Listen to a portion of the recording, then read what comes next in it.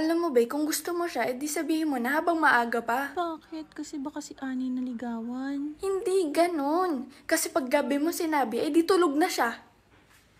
Hoy. Bye mo na, friend.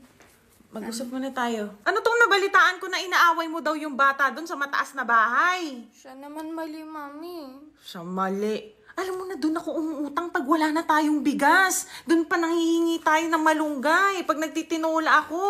Nanunokso kasi siya ng itsura eh. Bakit? Ano ba sabi? Mukha daw akong magsasaka pagkatabi ko nanay ko. Sabi ko naman kasi sa'yo, anak, mag-gojik ka para humabol yung kutis mo sa akin.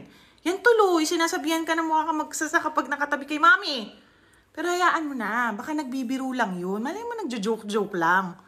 Bakit daw ba kasi niya sinabi yung ganon? Mukha daw akong magsasaka pagkatabi kita kasi mukha ka daw kalabaw. Sabi niya yan? Niloko yung batang yun ah! Mami, bata yun.